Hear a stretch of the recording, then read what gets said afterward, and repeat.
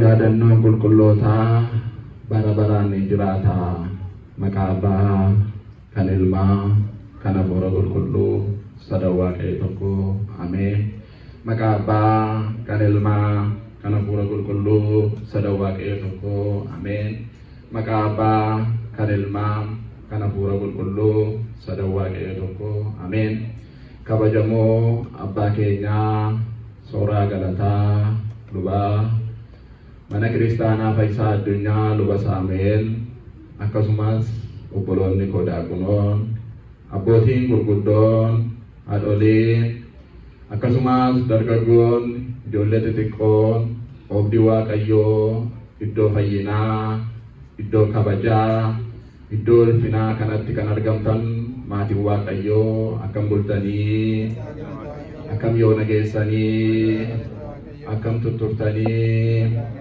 Ameen. Waanni keenya gooftaan keenya tikseen keenya eegaan keenya nu eegee barootaa barootatti nu dabarsee guyyaadhaa gara guyyaatti nu dabarsee yeroodhaa gara yerootti nu dabarsee umurii kana nuuf kennee jireenya keenya hundumaa keessatti utuu nun irraanfatiin utuu nun dagatiin yeroo isa irraanfannu yeroo isa dagannu Waaqayyo nu yaadatee amaa hundumaa jalaa nu oshee yeroo keessaa yeroo filatee guyyaa fayyinaa kanaa iddoo eebbaa kanatti kan walitti nu qabee maqaansaa kan eebbifameef kan qulqullaa'e nuuf haa ta'u.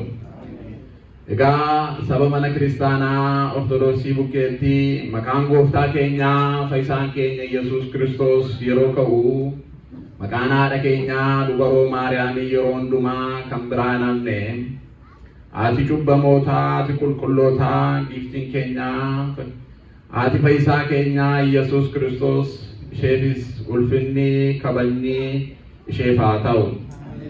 Egaa barsiisaan akkuma beekamu gooftaa keenya malee namni tokkoyyuu barsiisaan hin jiru. Arrabattiin kaleessaa cubbuu hojjechaa ollee arrabattiin kaleessa Waaqayyootti yakkaa ollee arrabattiin kaleessa walii keenyatti yakkaa ollee arrammoo guyyaa kana immoo sagalee Waaqayyoo ittiin dubbanna. Kan ittiin dubbachuuf garuu ogummaa keenya miti. Kan ittiin gochuuf garuu dandeettii keenya miti. Dandeettii Waaqayyoodha. Kanaaf Waaqayyo barsiisaadha jedhama. Isa cubbuun dubbanne, isa maa dubbatee nama hin yakkisiifne, isa namatti hin balleessine, arraba isaarraatii dabaan tokko kan hin baane jedha macaafni qulqulluun.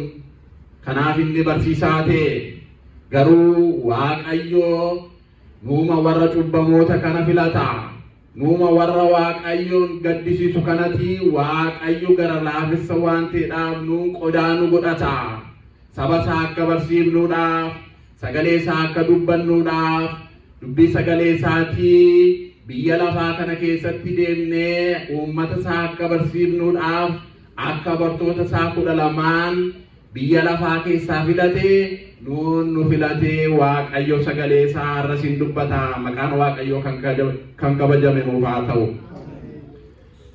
Sagalee isaa kana akka inni nuun dubbatuuf nu gidduutti argamee akka inni nu barsiisuuf egaa Waaqayyoon kadhanna. Waaqayyo akka nu barsiisu arraba koo ishee cubbamtu kanarra goree isin akka barsiisu isin teessanii barattu an dhaabbadheen baradhaa. Waaqayyo hunduma keenyaan nuuf ibsu ayyaana isaatiin nu gidduutti argamu.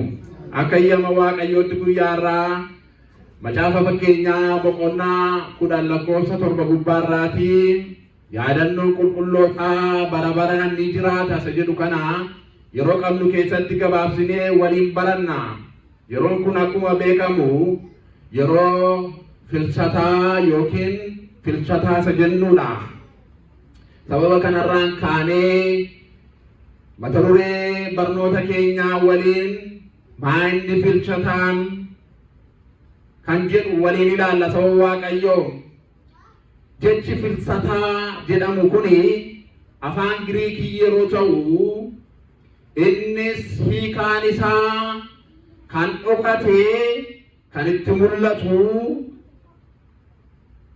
kan bade immoo kan itti argamu jechuudha. Wanta dhokate tokko kan itti mul'atu waan hin argamne tokko kan itti argamu jechuudha. Filsataa jechuun waan nama jalaa balee jiru tokko, waan nama jalaa dhokatee jiru tokko kan argamu yookiin kan mul'atu jechuudha. Hiikni isaa akkuma beekamu laguun yookiin tsoomni filchataa sababa haadha keenyaa qulqulleettii dubaroo Maariyaamii irraan kan ka'e jechi kun afaan Giriikiidhaan kalaqame. Sababiin isaa haati keenyaa gooftaan keenyaa haati fayyisaa keenyaa Yesuus Kiristoos dubaroo Maariyaam biyya lafaa kana keessa akkuma keenyaa utuu jiraachaa jirtu umuriin ishee waggaa 64 irratti bara 49 amajjii yookiin tirri 21 akkuma namni boqotutti boqottee jedha macaafni mana qulqullummaa keenyaa keessa. Hin boqottee jedha. Umriin ishee waggaa 64tti tirri gaafa 21 yookiin amajjii 21 hin boqottee. Namni yeroo boqotu maal godha sababa Waaqayyoo? Yeroo dhiyootti illee akka mana kiristaanaa keenyaatti abbaan keenya tokko gaafa boqotee namni deemee awwaallata jechuudha. Maaliif awwaallata? Sagalee Waaqayyootu biyyoorraa dhuftee gara biyyootti deebita kan jedhuudhaan namni bu'uura kanarratti godhatee fira isaa keessaa, lammii isaa keessaa, maatii isaa keessaa gaafa boqotu amantaadhaan gara biyyoo sanaatti deebisaa jechuudha. Kun amantaa keenyaadha. Amantoota adda addaa keessatti gaafa namni boqotu kan guban jiraachuu danda'u, kan muuziyeemii kaatan jiraachuu danda'u, kan keenya garuu namni gara biyyootti wangeela irratti hundaa'ee gara biyyootti yookiin gara awwaalchaatti akka inni deemu wangeela irraa barannee jechuudha. Kana irratti hundaa'uudhaan bartoonni gooftaa keenya Yesuus Kiristoosis haadha keenya qulqulleettii dubaroo Maariyaamii gaafa isheen duute gara awwaalchaatti fudhatanii deemu awwaaluudhaafi.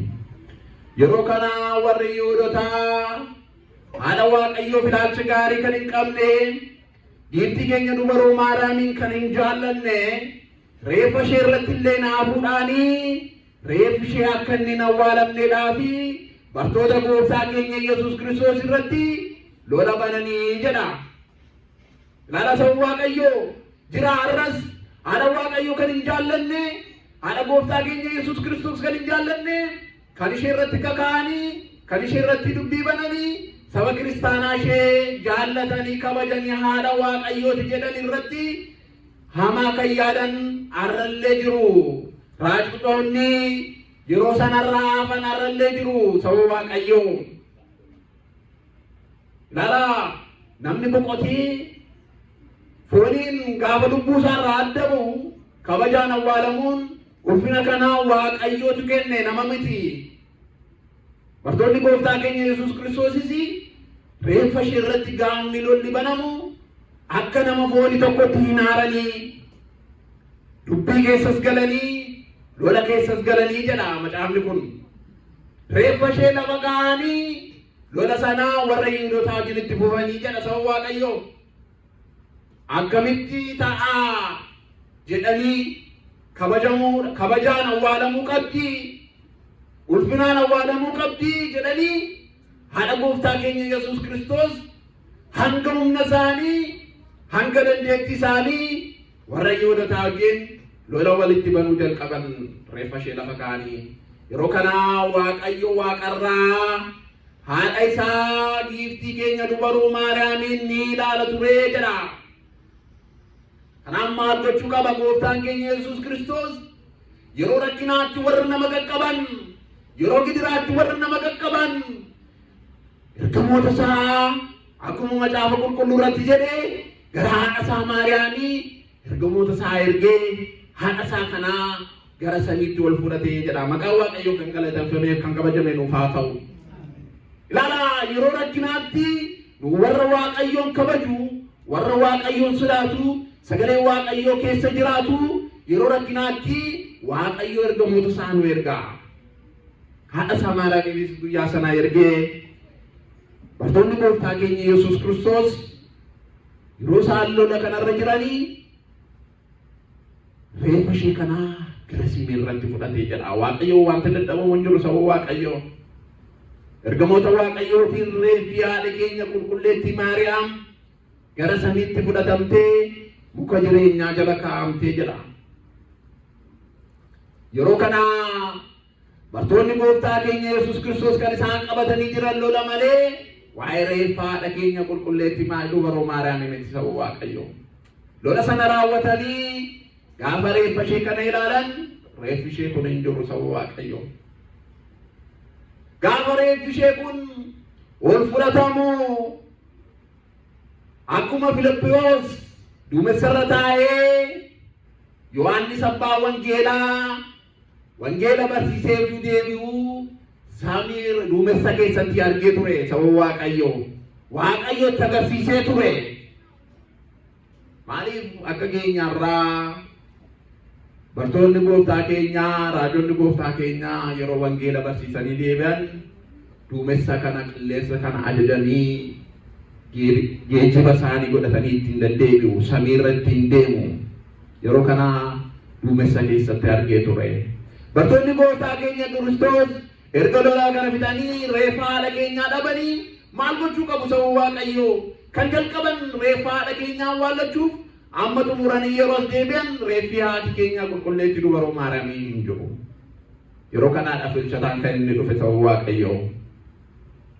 Filchataa jechuun wanta nu jalaa dhokate kana argachuudhaaf, wanta nu jalaa bade kana argachuudhaaf kottaa labsii labsinaa jedhanii bartoonni gooftaa keenya Yesuus Kiristoos deebii isaanii argachuudhaaf, waan isaan jalaa dhokate kana argachuudhaaf xoomaaf sagadaan gara Waaqayyootti iyyuu qabna, Waaqayyo nutti agarsiisaa jedhanii hin amananii, hin yaadanii, hin karoorsanii uummatattis xooma kanaa labsii godhan. Akka xooma Nanawwee irratti Waaqayyo yeroo badii fiduuf ka'e saba Nanawwee Yoonaas labsii kana yeroo itti himu sabni Nanawwee xoomaa sagadaan akkuma dheekkamsa isatti dhufuuf ta'u araaratti deeffate. Bartoonni gooftaa keenya Yesuus Kiristoosis haadha gooftaa keenyaa kanaa arguu qabnaa, awwaallachuu qabnaa jedhanii hagayya tokko labsii kana labsanii xoomuu jalqabanii jedha. Hagayya gaafa 14 kadhannaa isaanii dhagee, xooma isaanii dhagee Waaqayyo reeffa akka nama arra du'ee jiru yookiin owaasa jedhamu kan hin turre, fooni kan hin laanne, kan nama hin jibbisiifne akka kana godhee hagayya gaafa 14 bartoota gooftaa keenya Yesuus Kiristoosiidhaaf fidee kenneefi jabaadhaa ijoollota koo jedhee isaaniin jabeesse. Maqaan Waaqayyoo kan eebbifameef kan qulqullaa'e nuuf haa ta'u. Addanarraa maal argina sababa Waaqayyoo? Yeroo rakkina keenyaatti wanta nu jalaa dhokatee jiru amantiidhaan, wanta nu jalaa dabee jiru amantiidhaan gara Waaqayyootti xoomaa sagadaa yoo boonye Waaqayyo akka inni deebii nuuf kennuu danda'u, isa nu jalaa irratti akka nuuf guutuu danda'u, isa nu jalaa badee jiru akka nutti agarsiisu, waa'ee jireenya keenyaa, waa'ee amantii keenyaa, waa'ee saba keenyaa, waa'ee mana qulqullummaa keenyaa gara Waaqayyootti akka iyyuu qabnu, gara Waaqayyootti xoomaa sagadaan akka boonu irra jiru bartoota gooftaa keenya Yesuus Kiristoos irraa kana baranna sababa Waaqayyo. Hin kadhatanii, hin xoomanii, labsiin isaanii, xoomni isaanii fuula Waaqayyo duratti fudhatama argate. Sababa Waaqayyo labsiin keenya, xoomni keenya fuula Waaqayyo duratti fudhatama akka argatuudhaaf wanta keessa garaa keenyaatti yaadne jiru akka nuuf ga'uudhaaf, Waaqayyo akka deebii nuu kennuudhaaf jabaannee akka bartoota gooftaa keenya Yesuus Kiristoos dhaabbachuun nurra jira sababa Waaqayyo. Akka qulqulloota Waaqayyo dhaabbachuun nurra jira sababa Waaqayyo. Garaan keenya raafamuu qabu, shakkuu qabnu, haadha gooftaa keenya Yesuus Kiristoosiin argachuu qabna jedhanii akkuma jedhanitti Waaqayyo hagayya gaafa 14 reeffa haadha isaa dubaroo Maariyaamiin gaafanne fidee kennuufi bartoonni gooftaa keenya Yesuus Kiristoos gammachuudhaan fudhatanii gara Geetsemaanee iddoo jedhamutti awwaalanii jedhamu. Yeroo kana garuu bartoota keessaa Toomaas namni jedhamu bartoonni gooftaa keessaa barataan gooftaa keenya Yesuus Kiristoos hin turre jedha. Ilaalaa namni kun yoo ilaaltan yoo dudduubatti deebitanii macaafa kana yaadattan gaafa gooftaan keenya Yesuus Kiristoos du'ee du'aa keessa namni kun hin jiru sababa Waaqayyoo. Toomaas namni jedhamu kun hin jiru, bartuun gooftaa kun hin jiru sababa Waaqayyoo. Du'aa dhageenyaa yeroo isheen duutee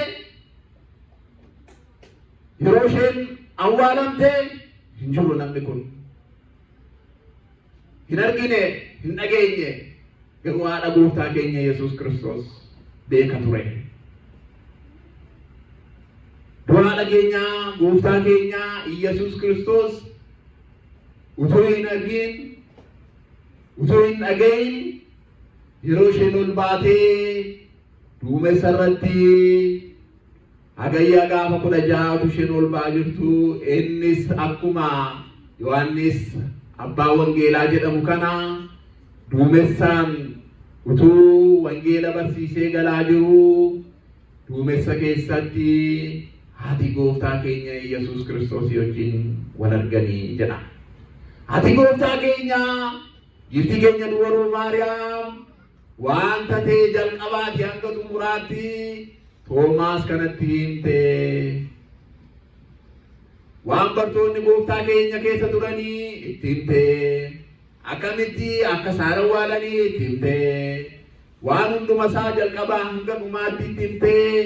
Yaa Toomaas, du'a ka'uu koo kan arge si duwwaadha. Kanaaf ragaa kan ta'u ilaa kun kafana koo ittiin awwaalameedha.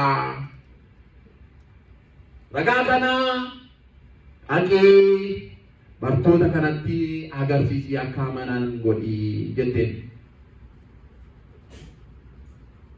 Akkuma Eliyaas gaafa ol ba'u Elsaan waan argee gaafa haati keenya dubaroo Maariyaam ol baate namni yeroo jalqabaatiin qofaasaa argee bartuu gooftaa keenya Yesuus Kiristoos Toomaas duwwaadha ta'uu Waaqayyo. Toomaasis gara obboloota isaa bartoota isaa wajjin tajaajilanii yeroo dhufu bartoonni gooftaa keenya Yesuus Kiristoos waan ta'e hundumaa inni akka nama hin dhageenyetti waan beekaniidhaaf tokko lama jedhanii itti himuu jalqabanii jedha. Yeroo kana Toomaas haadha keenya dubaroo irraa waan dhagee qabatee jira. Bartoota gooftaa keenya obboloota isaarraa kan inni dhagaa jiru waan addaadha. Yeroo kana ani namanu hanga naqee bakka isheen itti awwaalamtee qoti argutti ani namanu jedheen saba Waaqayyo. Ilaala Toomaas, ati gaafa gooftaan keenya Yesuus Kiristoos du'ee du'aa keessa amma quba koo keessa kaa'utti hin amanu jette. Har'a haadha keenya dubaroo Maariyaam gaafa isheen duutee awwaallannus hin amanu jetta. Ati nama akkamiidha jedhani. Dhuguma namni kun nama akkamiidha saba Waaqayyo? Shakkiitti baay'ata jireenya isaa keessatti. Garuu nama kiristaanaadha. Nama Waaqayyoof ajajamee hojjetudha. Nama dubbii Waaqayyoo isaaf galeedha. Namni Waaqayyootti dhiyaatee jirudha. Innis nama Waaqayyootti dhiyaatee jirudha. Yeroo kana awwaalcha ishee yeroo qotee dhabetti bartoonni gooftaa keenya Yesuus Kiristoos hinnaanii jedha.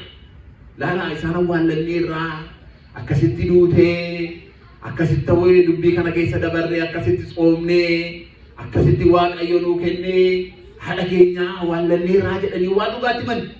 Gaafa dhaqan garuu awwaala keessa hin jirtu dubaroo Maariyaam. Gaafa itti agarsiisuuf jedhanii hin jirtu. Yeroo kana innis sababii lafa awwaalaatti fudhateef sababa qaba sababa waaqayyo akka haati keenya dubaroo Maariyaam akka ilma ishee duutee du'a keessaa ol baatee bartoota warra hafe barsiisuudhaaf gara awwaalcha sanaatti fudhatee deeme malee inni wallaalee miti shakkee miti haata gooftaa keenya Yesuus Kiristoos akka isheen ol baate shakkee miti garuu warra hafan akka isheen ol baate barsiisuun isarra waan jiruudhaaf gara awwaalcha sanaa fudhatee deeme dubbiinsaa malee yeroo isaanitti himan tole dhageera argeera ol baateetti yoo jedhe gabaabamatti xumuruu danda'a garuu dubbiinsaa akkuma ilma isheetii duutee du'a keessaa awwaalcha keessaa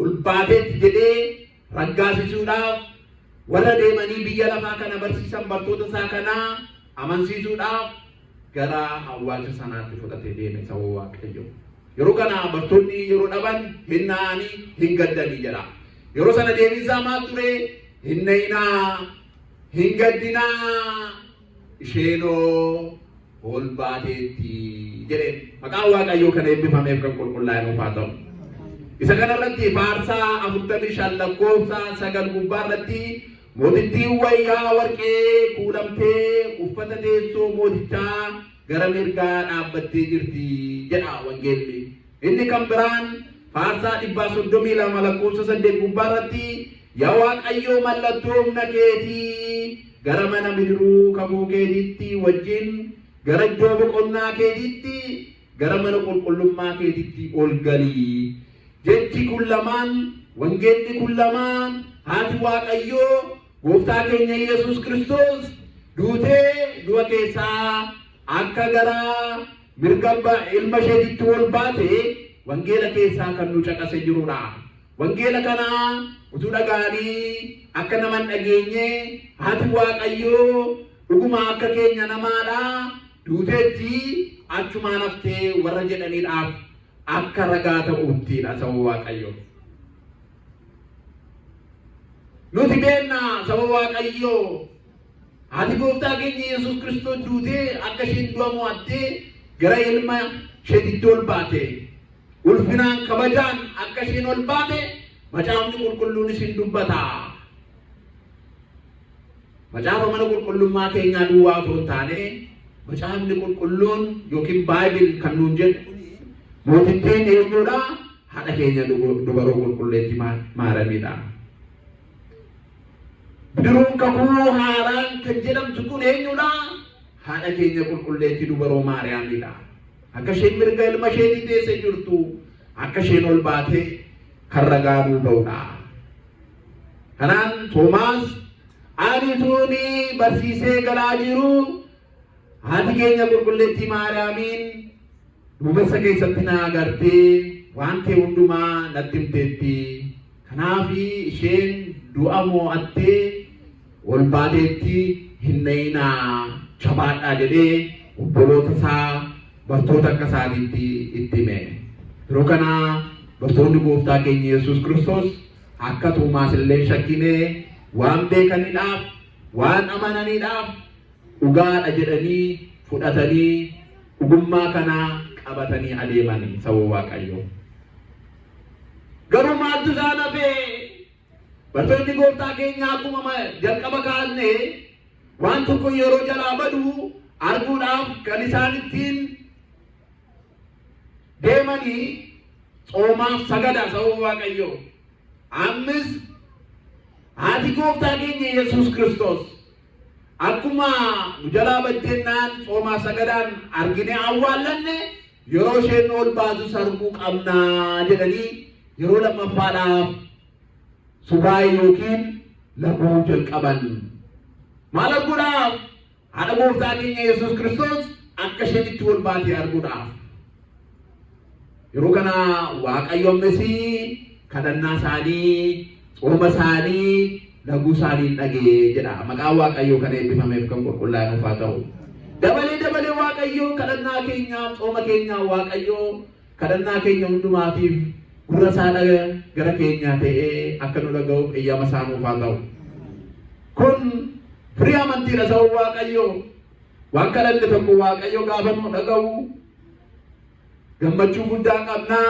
rakkina keenyatti dhiphina keenyatti hidhama keenyatti hiikamna bartoonni gooftaa isa kana barbaadu ammis arguu barbaada waan ta'eef kadhannaan isaanii hin dhaga'amne fuula Waaqayyo duratti jedha garuu kan isaan akkaataa isaan itti barbaadaniif akkaataa isaan ammatti argatan xinnoo akka ogummaa Waaqayyootti inni kun yeroo kana laguu isaanii lammaffaa yeroo isaanii dhaga'u hunduma isaanii kana ergamoota kana raajota kana barattoota kana gara samiitti ol fudhate Waaqayyoo jedha maal gochuuf haati keenya qulqulleettii Maariyaamiin akka isheen ol baate itti agarsiisuudhaaf gara samiitti ol fudhatee haadha keenya qulqulleettii Maariyaamii taabota taasisee gooftaan keenya fayyisaan keenya Yesuus Kiristoos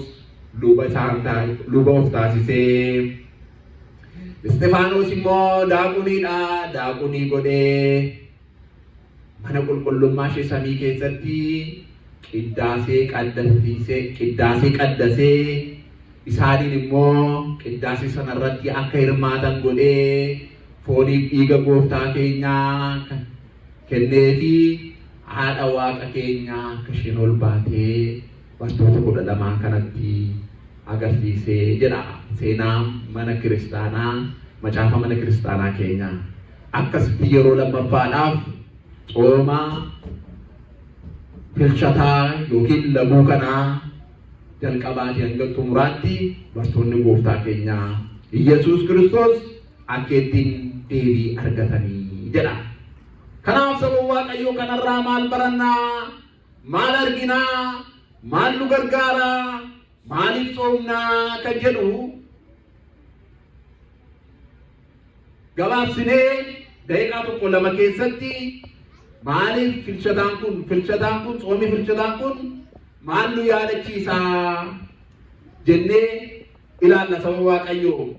Xoomii filchataan kun maal nu yaadachiisaa saba kiristaanaa maal yaadachiisaa yeroo jennu amantii ajajamuu jireenya qulqullummaa jiraachuu irraa nu barsiisa sababa Waaqayyoo. Filchataan kun amantiidhaan ajajamuudhaan jireenya qulqullummaa akka nuun jiraannu filchataa kanarraa baranna. Isa kana immoo filchataa jechuun egaa waa haadha keenya Maariyaamiiti waan ta'eef haati keenya Maariyaamiin amantiidhaan jireenya ishee guutuu Waaqayyoodhaaf ajajamtee qulqullummaan akka isheen jiraatte seenaa ishee irraa barachaa umurii kana geenye sababa Waaqayyoo. Kana immoo macaafa qulqulluu keessatti akka isheen ajajamtu akka isheen qulqullummaan jiraattu macaafa qulqulluu keessatti iddoo baay'ee nu barreeffamee jira.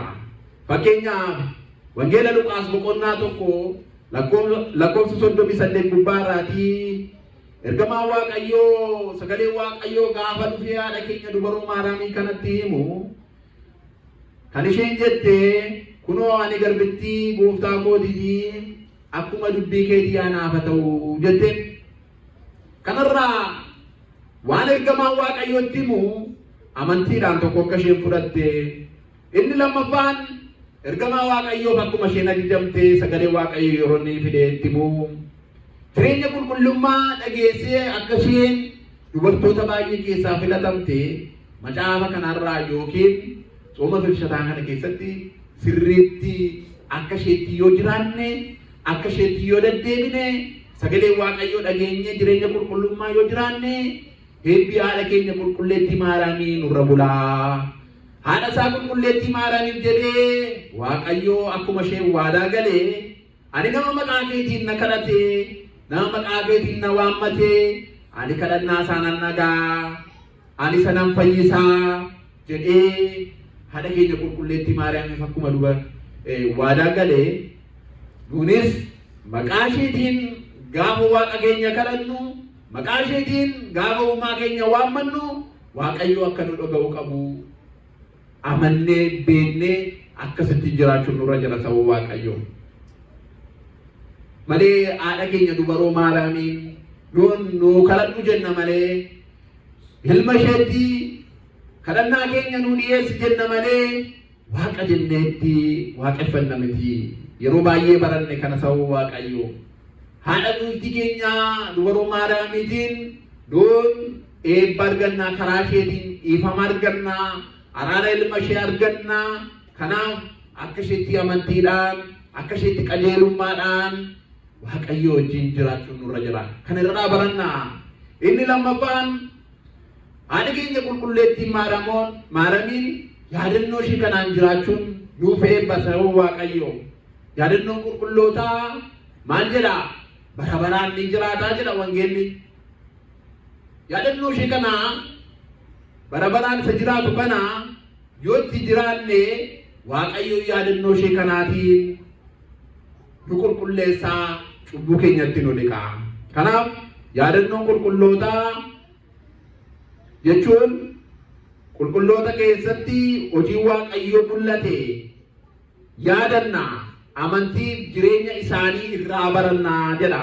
Kanammoo Maatiyos 5:16 gubbaarratti namoonni hojii keessan isa gaarii arganii abbaa keessan isa Waaqa irraa ulfina akka kennaniif inni keessan akkuma kanatti namoota duratti haayitu jedha. Lala namoonni hojii gaarii hojjetanii hojii gaarii isaanii kun namoota adda biraaf ifaa jechuudha. Haadhi keenya qulqulleettiin dubaroo Maariyaamiin jireenya ishee keessatti waan isheen hojjette har'a ifatee nu wajjin deemaa jira akka jechuudha sababa Waaqayyo. Ifatee daandii ta'e nu wajjin adeema. Kanaaf hojii isheen hojjette kanaan yoo hordofne irra deemne yoo itti jiraanne akkuma isheen eebba bara baraa argatte nunis Waaqayyo biraatii eebba bara baraa arganna. Maaliif yaadannoo isaanii kanaan Waaqayyo waadaa galeera akkuma sila jalqaba kaasuu gale. Akkuma jalqaba kaasuu yaale yaadannoo warra qulqulloota kana tokko isaaniidhaaf waadaa galeera Waaqayyo. Maqaa isaaniitiin, seenaa isaaniitiin, guyyaa isaaniitiin Waaqayyo waadaa galee yaadannoo kana akka nuyi ittiin jiraannu nu gochaa jira. Kanaafuu filchataa keessatti Maariyaam irraa wanti nuun barannu amantii kiristaanummaa irraa baranna. Amantii kiristaanummaa inni lammaffaan fedhii Waaqayyoo fudhachuudhaan fedhii Waaqayyoon jiraachuudhaan malee akka fedhii keenyaatti otoo hin taane irraa barannaa. Qalbii jijjiirannaa irraa barannaa. Haati keenya qulqulleetti Maariyaam irraa kan nuun barannu kan nuun itti qabannee deemnu qalbii jijjiirannaadha. Hojii gaarii irraa barannaa.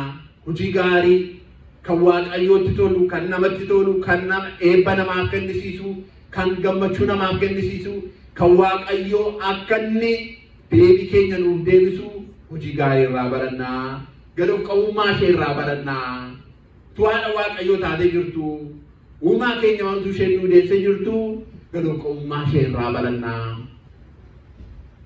Of tuulummaa otoo hin taane haati Waaqayyoo gad of qabummaan ishee jireenya ulfina amma kanaaf ishee geessisu ishee irraa barannaa. Namni Waaqayyoo duratti fuula Waaqayyoo duratti gadi of qabu yeroo hundumaa eebbaa nama qopheessa. Eebbi kun eebba lafarraa, eebba samiirraati. Kanaaf akka jecha kootitti yoo deddeebitanii yoo na dhageessanii eebba koo lafa kanaas samii kanaas hin nyaattu jedha sagaleen Waaqayyoo. Kanaaf waa yaada keenya dubaroo Maariyaam kanaa ibsinee fixuu hin dandeenyu. Dubbannee fixuu hin dandeenyu. Seenaan ishee baay'ee dheeraadha. Garuu wal yaadachiisuudhaaf sooma filchataa kana keessatti wal jajjabeessuudhaaf wanta irraa barannu waan baay'ee qabna. Isheetti amannee uumaa ishee ilma isheetti amannee ishee abdii godhannee deemuun keenya jireenya bara baraaf akka nu qopheessu irraanfachuu hin qabnu sababa Waaqayyoo. Kanaafidha yeroo kana keessatti illee abbaan Hiriyaaqoos qiddaasee keessatti akka inni waa'ee haadha keenya qulqulleetti dubaroo Maariyaamii ibsu waan baay'eetu jira. Qiddaasee yookiin galatoo dubaroo Maariyaamii keessumaa yeroo filchataa kana keessatti addafamu yeroo hundumaa waasidha. Qiddaasee jiran keessaa qiddaaseen inni tokko qiddaasee haadha keenyaa dubaroo Maariyaamiiti yookiin galatoo dubaroo Maariyaamiiti. Galatoo kana abbaa Hiriyaaqos nama jedhamu kanatu seenaa dubaroo Maariyaamii kana sirriitti Waaqayyo ibsee fi barreeffamee luboonni fi daaqonoonni mana qulqullummaa keenya keessatti ittiin nu qaddasanii nu dhageessisanii eebbarraan arganna yeroo hundumaa. Isaan kana keessaatii waan muraasa ishee isinii dubbiseenini galatoo Maariyaamii kana keessaatii barumsa koo guyyaarraa xumura. Innis akkan jedha, Addaamiin gannataa yemmuu ari'ame abdiin isaa siidha. Balleessaa